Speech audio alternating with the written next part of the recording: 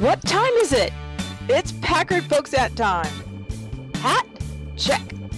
Shirt? Check. Pants? Optional. Mug? Double check. Check us out at cafepress.com/PackardPokesat where you can get all this great merchandise and more. Do you like Packard Pokesat and want to hear it on demand and on the go? Download the free app today at Stitcher.com. Available on iOS, Android, Nook, and iPad. This is Packard Pokesat, and I'm poking at your news.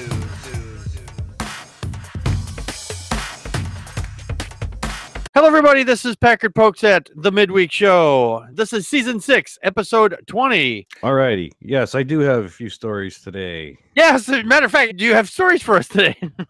Yes, I do. All right. How about this? A 94-year-old woman who was abducted from her condo by a man in his 30s, put her in a trunk, drove her to a shopping mall, and left her there. He didn't take her shopping? Apparently not.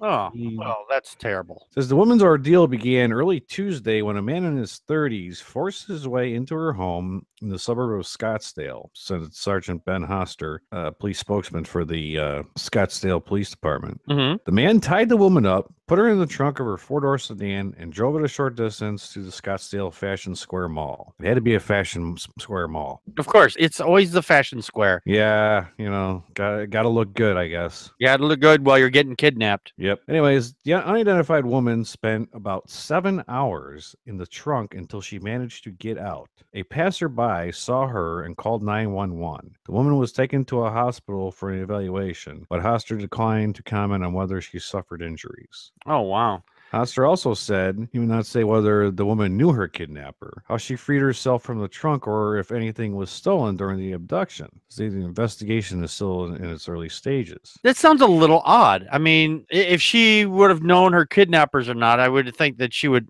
say something. And how she got out. Well, at least a lot of newer cars now have a thing in the trunk. A pull thing that unlocks the trunk. I actually have one in my car. Oh, really? Yeah, it's inside the trunk. Like for situations like this, you just pull it and the trunk pops open. Oh, really? Of course, we don't know what kind of car she had, so that's Right. That's possible that she may not have had access to that technology too. Well, you never know. I mean, I don't know what kind of car she was driving, but that's got to be scary. Oh, yeah, absolutely. For anybody. Yeah. Regardless of how old you are. Oh, no, you're absolutely right. A lot of people have died just from carbon monoxide poisoning, just from even the short rides like that. People get them thrown in the trunk for whatever reason, or someone hides in the trunk and they go drive around. They don't know they're back there, and there's garbage bouncing around or whatnot, and it's not a pleasant sight. Yeah, but there's an individual here, Brian Zupek, Mm-hmm. who lives in the same complex as the victim, was walking home from the mall Tuesday afternoon when he saw police vehicles in the parking lot and officers with the victim. I thought someone was getting busted for something, but I didn't know it was a kidnapping. I'd like to know what the motivation was for this. Yeah, well, I mean, it said, the person forced his way inside her residence. Mm-hmm. So, it could have been anything, Could have been a robbery or something. Do you have another story we could discuss? Yes, I do. Okay. Starbucks, the highly overpriced coffee that You mean that a stuff lot of people drink? You mean that burnt coffee? Yeah, I guess it's burnt coffee. I don't know. I don't drink coffee, so I don't deal with Starbucks. Ah. But anyways, their holiday cups are back. It's a holiday season again. Yeah, I'm waiting for the Christians to freak out with whatever Starbucks comes out this year with. It doesn't matter what they come out with. They have a red cup, and it's like, oh, there's no green on there. It's not Christmas without green and red. Ah. Oh, God. Yeah, what can you do? Anyways, the coffee giant is hitting the ground running with their annual Yuletide campaign starting November 1st. In a nod to the adult coloring book craze, this year's cups features hints of red and green, but are mostly black and white. You know what the funny thing is? The guy that owns Starbucks, he's actually Jewish. Really? Yeah. So he has no motivation to put any Christmas stuff out on his cups if he doesn't want to. And it's a privately held company. And the fact is that Christians freak out when Starbucks doesn't do religious stuff on their cups. They think it's a personal affront to them or something. I have no idea what. Yeah. I'm looking at a picture of the cup here, and it's got a picture like hearts on it, and the cups, the coffee cups, and people holding hands and presents. Right. And I'm just wondering, there's no tree on there. There's no Jesus on those cups. Oh, There's presents. yeah. Well, it doesn't. Presents. You can get presents any time of the year. So. Oh, that's true. Birthday presents. Yeah. They have a commercial out, Mm-hmm. and it's titled Give Good that's generating the most buzz. The animated clip, which debuted November 1st, features a bevy of diverse families strolling through wintry landscapes. Among them are two women who cozy up to one another with a steaming coffee cup as fireworks burst in the background. They're just really good friends, right? Maybe. I don't know. The holidays mean something different to everyone, the ad declares. This season, the cup is just the beginning. How you make it special is up to you. Yeah, this is obviously it's a couple of lesbians on the front of the cup, Right. and doing whatever. It's like because they make each other feel special, and there's nothing wrong with that. No, there isn't. No, but I'm waiting for Fierstein to come out and start raging against the latest commercials because that's his thing. He generates the most money during this time of the year by raging against Starbucks. One of the things he did, he went into a Starbucks and he would have people write when they ask him their names, so he's like, oh, is your coffee ready yet? So they give you have to give your name, so they have to say something. So he gets people to say, Jesus Christ is Lord, or some goofy thing like that. So he does this in a coffee shop, because they have to announce it. So he gets off on that. It's like, see, I got people to say my religious beliefs, and I get a win out of that. It's like, you don't get a win out of that because you're forcing them to, because they don't have a choice. Right. So is that what your whole deal is?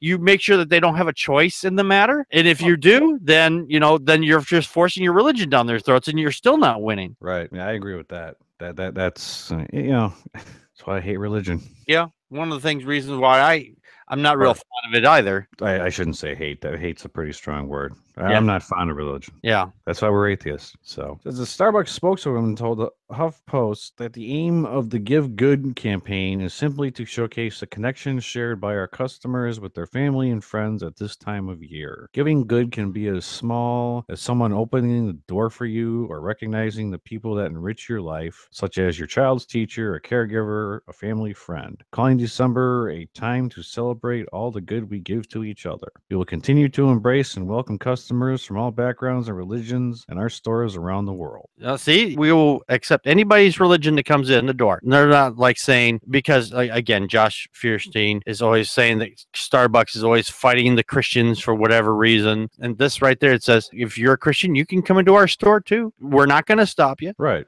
I mean, and that's the thing with these. I was actually, when I was reading this story before the show started, I was reading the comments, and there were a lot of hate comments about the LGBT thing. I mean, I can't even say a lot of the things that were said on here. Yeah, I know. I'm looking at some of them right now. It disgusts me. Yeah, I'm going to read a couple of this ones by Dixie Bell. This person says, I have never understood how a man or a woman could kiss or have sex with his or her own gender. I know a lot of people see it as being acceptable, but to me, it seems nasty. Well, you know what, Dixie? To gay people, seeing straight people have sex is nasty to them. Yeah. Matt, you can attest this. Right. Oh, I know. And there's nothing wrong with that. People are attracted to who they're attracted to. Just because that's not who you're attracted to doesn't mean anything. It's like different flavors of ice cream. Not everybody likes the same flavors of ice cream. Exactly. Another one like here. Vanilla or chocolate or whatever. So that's your choice. Exactly. Well, actually, you know what? That's actually a bad analogy on my part because it makes it sound like your sexuality is a choice, and actually, it's not. Well, true. So that was bad analogy on my part. But I mean, but who doesn't like ice cream though? Exactly. I like ice cream. I like ice cream too. I know my roommate does. There are just some people that just don't like ice cream, or whatever. I don't know. I'll come up with a better analogy. But for the most part, you can't help your sexuality. You just can't. There's people out there that believe that they can, and you're just wrong. This other person named Mary. That's all that they have for her name here. Mm-hmm. Says, why can't everyone keep their sexuality to themselves and quit trying to make that lifestyle mainstream? One, it's not a lifestyle, and two, you're basically telling people it's like, okay, just shut up. We don't want to hear from you at all. Yeah. They have every right to be who they are. The companies out there, when they show a couple, a mother and a father, eating breakfast with their kids, or just man and woman having a group hug or whatever on a commercial or whatever, that's perfectly acceptable. But you go out and make those comments saying, well, just keep your sexuality to yourself. No, you don't. You accept it because that's what you're into. She continues here. It's a coffee commercial. Why turn off 95% of the population to make the 5% happy? You people have to bring sex into everything. We're getting sick of it. Oh, God. You know what? You're the one that's bringing sex into this. They're not having sex in the coffee cup. They're just a couple of people that just happen to love each other and just happen to be the same gender. There's nothing wrong with that. Nothing wrong.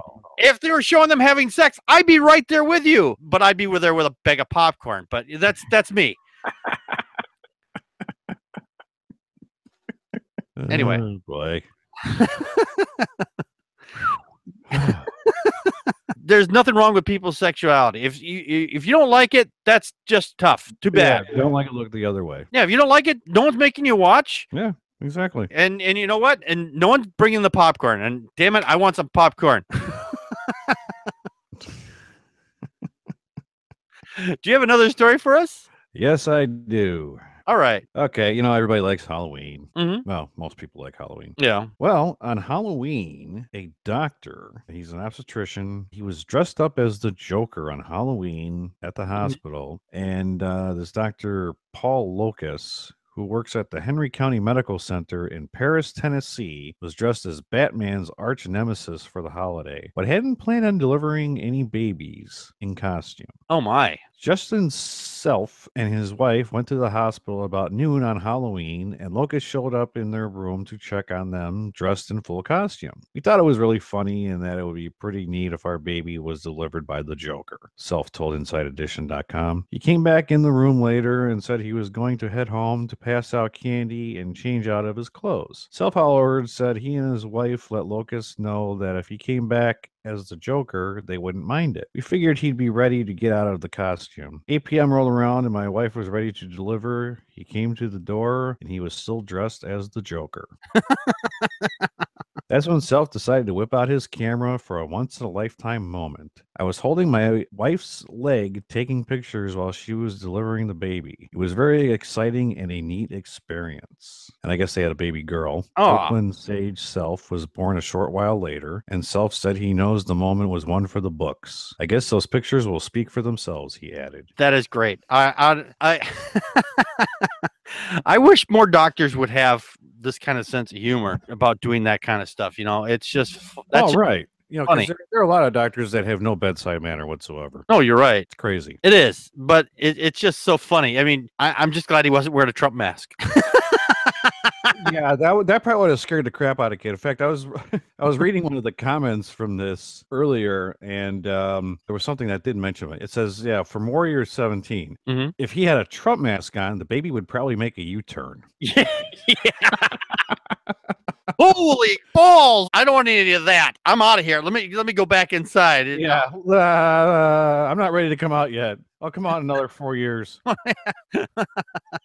Oh man, that would just be horrible. If you look at the first two pictures of this thing, the top picture where the guy's in the green vest on the left and the baby's on the right. Yep. The baby looks like it has this confused look on her face. She's just like, did I just get delivered by the Joker?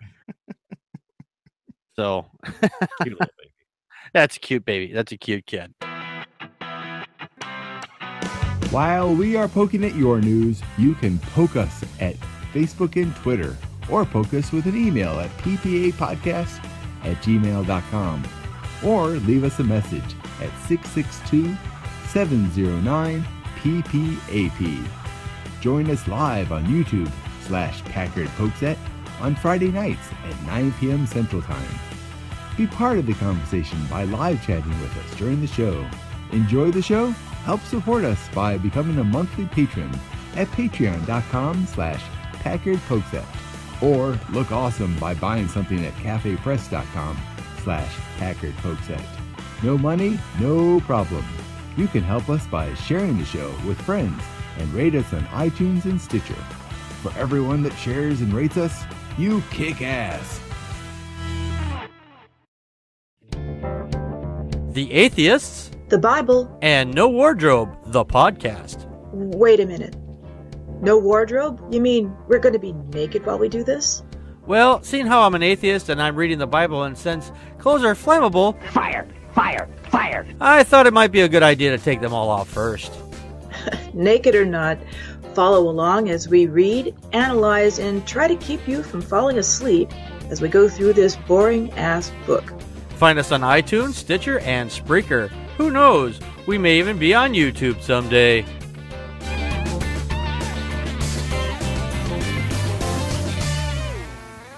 Well, I've got a couple of stories here, actually.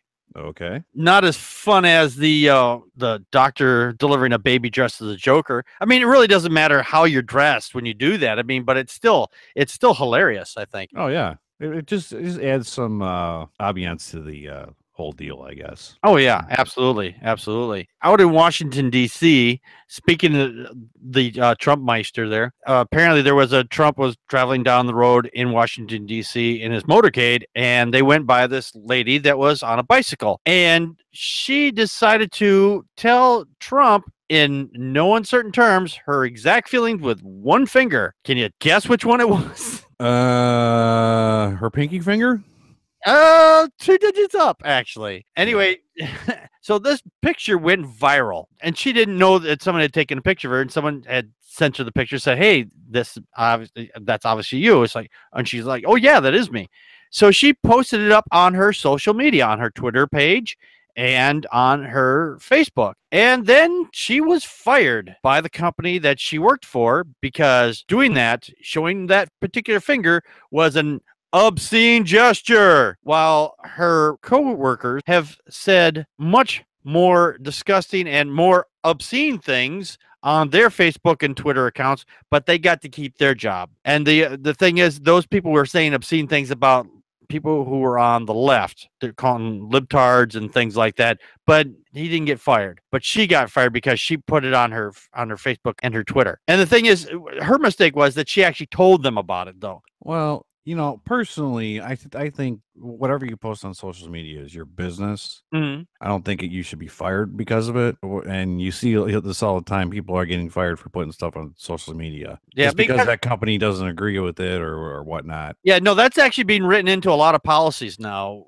One of the places that if you work at someplace, if you do something online and then it can be seen by more than 5 people, they will fire you over it because they have an online presence too, and they're going to say, "Oh well, I know this person, they work for company X, so we don't want to associate company X with them." Right. Well, I mean, I can understand that, but yeah, it's just the social media has blown up so much that it can either be good or it can be bad, and it just seems like the bad seems to stand out more than the good. Absolutely. No, you're completely correct on that.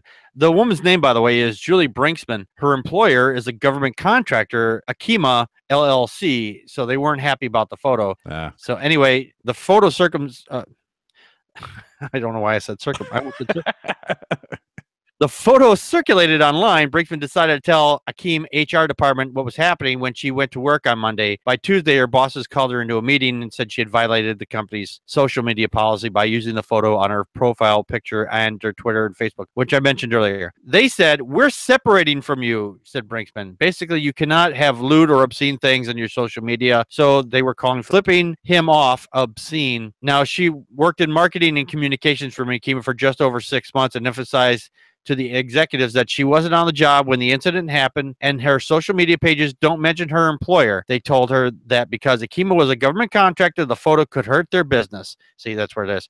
Virginia is an employment at will state, meaning employers can fire people at any time and for any reason. Wisconsin, for a short time, had an at-work state, as it were, but that was struck down by the courts as unconstitutional for the state. Mm-hmm. But it doesn't really matter because pretty much they can almost do that now as it is. You get fired for anything, regardless. Yeah, pretty much. If you look at the boss wrong, you get fired. Yeah, pretty much. But Brinksman said that what's been particularly infuriating is that a male colleague, which I mentioned earlier, had kept his job after recently posting lewd comments on his Facebook page that featured Akima LLC as his cover photo. She said the colleague was reprimanded for calling someone a effing libtard a-hole on Facebook, but was allowed to delete the post and keep his job. So she was asking, how is that any less obscene than me flipping off the president? How is that fair? Of course, there's this great picture here. It shows cycling in America, and it's showing turning left, turning right, stopping, and then greeting the president, giving them the bird. So Oh, man. I don't know. So, and she says that he was passing by and my blood just started to boil. She said, I'm thinking DACA recipients are getting kicked out. He pulls ads for open enrollment in Obamacare. 1/3 of Puerto Rico has power. I'm thinking he's at the damn golf course again. I flipped off the motorcade a number of times, she added. Brinkman, a Democrat, said she plans to look for a new job with an advocacy group that she believes in, like Planned Parenthood or PETA. Well, Planned Parenthood, yes. PETA, yeah, that's probably a bad fit for anybody because PETA's just, they've got problems. Despite getting fired, she said she has no regrets about the attention her public shows of displeasure with Trump received. In fact, she said she's happy to be an image of protest that resonates with many Americans. In some ways, I'm doing better than ever, she said. I'm angry about where our country is right now. I'm appalled. This is an opportunity for me to say something. So, and she did. So, and I'm glad that she was able to say, and she was able to speak out like that. I mean, it's not every chance you get to flip the president's motorcade off directly while they're passing by you. Well, maybe they were trying to run her over. Oh, no, if they moved way over, because if that would be a crime if they actually went out of their way to hit her. I have another story here. Speaking of Twitter and Facebook and social media here, Twitter is blocking certain words from their search results. And one of those words is the word bisexual. So if you go to Twitter right now and try to find the word bisexual, it's not going to come up. It's because the company incorrectly listed the term in one of its typically associated with adult content and therefore blocked it. User alerted the company to this issue over the weekend, and after this message appeared, whenever they typed the word bisexual into the search bar, it would say no result would come up. And it says here, the term you entered did not bring up any results. You may have mistyped your term, or your search settings could be protecting you from some potentially sensitive content. Some tweeters accused the company of having double standards. For example, filters erasing hashtag bisexual content. Hey, at Twitter, that sounds like discrimination based on sexual orientation. Also dangerous and cruel. Another one from a person named Alice. Twitter doesn't suspend racist, sexist, ban slurs, deactivate spam accounts. Also, Twitter blocks bisexual from photos/results. Another comment here was, hashtag bisexual on Twitter has been censored, yet this is still allowed on at Twitter. Right. Got it. And then someone said, hi, at Twitter support. Just a question. Why is the hashtag bisexual tag blocked? Twitter allows Nazis and terrorists, but not allowed love. Kind of strange, isn't it? Twitter acknowledged the mistake on Sunday afternoon and said it was working quickly to resolve it, quote unquote. Their tweet says, we've identified an error with search results in certain terms. We apologize for this. We're working quickly to resolve it. We'll update soon. On Monday night, the company explained the root of the problem. It was Trump. It was obviously Trump. Definitely. Definitely. Either that or it was aliens. I was going to say that. I know, I beat you to the punch. Via a series of tweets, Twitter admitted searches for certain words related to sexuality, including bisexual, did not populate complete results. It was because the company incorrectly included the word on an outdated list of terms typically associated with the adult content, which I mentioned earlier. Twitter promised to resolve the issue. It had not been fixed by Tuesday morning, however. We apologize by anyone negatively impacted by this bug, the company added. It is not consistent with our values as a company. So, yeah, it sounds like they're planning on working on it, but who knows when it's going to be fixed. It might be working now, but I really don't know for sure. It's definitely aliens. It's definitely aliens, yes. I have one more quick story here. We talked about this a couple of weeks ago, that there's an impeachment vote that's going to be taking place in the House before Christmas. There's been a lot of talk recently about impeachment, especially coming from Democrats when the topic of President Trump comes up. In fact, numerous Democrats have already unveiled articles of impeachment in the White House of representatives, but up until this point, not much has been done to force a vote. Today, however, this appears to have all changed. This morning, Al Green, Democrat of Texas, who has already unveiled articles of impeachment against the president, said that he will force the House to vote on Trump's impeachment no later than Christmas Day. This gives Green and fellow Democrats approximately a month and a half to convince fellow representatives to vote to impeach the president of the United States. So, yeah, that might be a thing. If he gets impeached, then Mueller will have free reign to go after him even after the fact and maybe he might even go to jail. I don't know. If it comes down to the fact that if he gets sentenced or whatever, then what they probably will end up doing is that whoever takes over, probably be Pence, will probably just pardon him at that point. Probably. Yeah, which will probably get him into some water too, because you're impeding justice at that point too. So then Pence will be next on the chopping block, I'm sure. Oh, of course. Well, in fact, there was also talk about, those two guys that were indicted last week in the whole Russia thing. Right. That there was talk about that Trump might pardon, but whether that's going to happen or not, who knows? Yeah, if he tries to pardon these people that are being investigated and whatnot, and he could, he is legally able to do that. But if he does that, that'll just put a bigger pin in the fact that he's guilty and he's trying to hide something and he's trying to impede justice. And if he turns out he's trying to impede justice to an investigation in this instance, then that'll just put a big pin on the fact is that he is doing something that's totally illegal at that point. Well, you got to figure he's been in office less than a year. Actually, this last couple days ago, as of this last year, it's been 1 year now. Since he was elected president, right? Since he was elected, right? But you're right. In office, it's been, not even a year yet. Right. Look at all the stuff that's happened. Yeah. I mean, this is just crazy. Yeah. It's possible that if he tries to pardon those people, he could be shown up that he's trying to impede an investigation and end up just making it worse for himself in the long run. Right. Well, you figure this is going to drag on for a long, long time. Yes. Well, anyway, we got to get out of here. I want to thank everybody that came to the show. Be sure to check out our secondary podcast, The Atheist, the Bible, and No Wardrobe. A new episode will be dropping on Thursday, probably the day when I get this editing cleaned up and out the door. So it'll be out probably before you get the chance to listen to this. Also, if you'd like to make a donation to the show, go to patreon.com/PackardPokesat and make a donation for as little as $1 per episode. And if you'd like to make a direct donation, go to paypal.me/PackardPokesat and you make a direct donation to me to help keep my lights on and roof over my head. That would be great, especially when it's this time of the year where it's nice and cold outside and I don't want to sleep in my car. We'll be back on Friday. We have a quick programming note for the week of Thanksgiving that we'll be taking the week off for that day or the week off, which there'll be no midweek show on the 22nd. And there'll be no Friday show on the 24th. So that'll give me some time to retool some stuff that I've been planning and take care of some other things that I have. So enjoy your Thanksgiving on that day. And I will mention this again next week. We'll see you on Friday. Good night, everybody. Good night, everybody. And that's a wrap.